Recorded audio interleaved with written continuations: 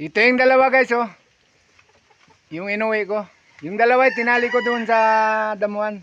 Itong dalawa dito lang gumagala-gala oh.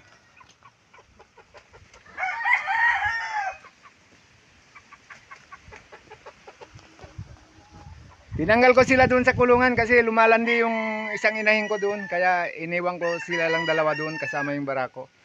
Para magkaroon ng privacy yung mga alaga ko.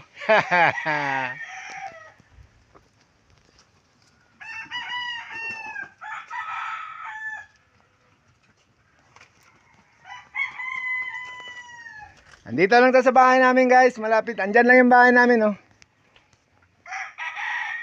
Yan, kita lang yung bubong, yung maliit na bahay dun.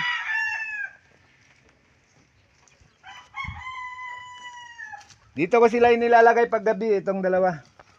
Wala na kasi yung baboy ko guys, kaya sila muna pansamantala nilalagay ko rito.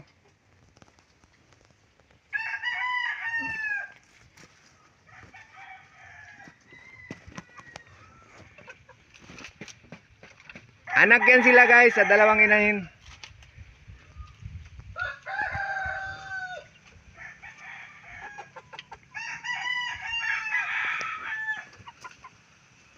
Hanggang dito na lang guys.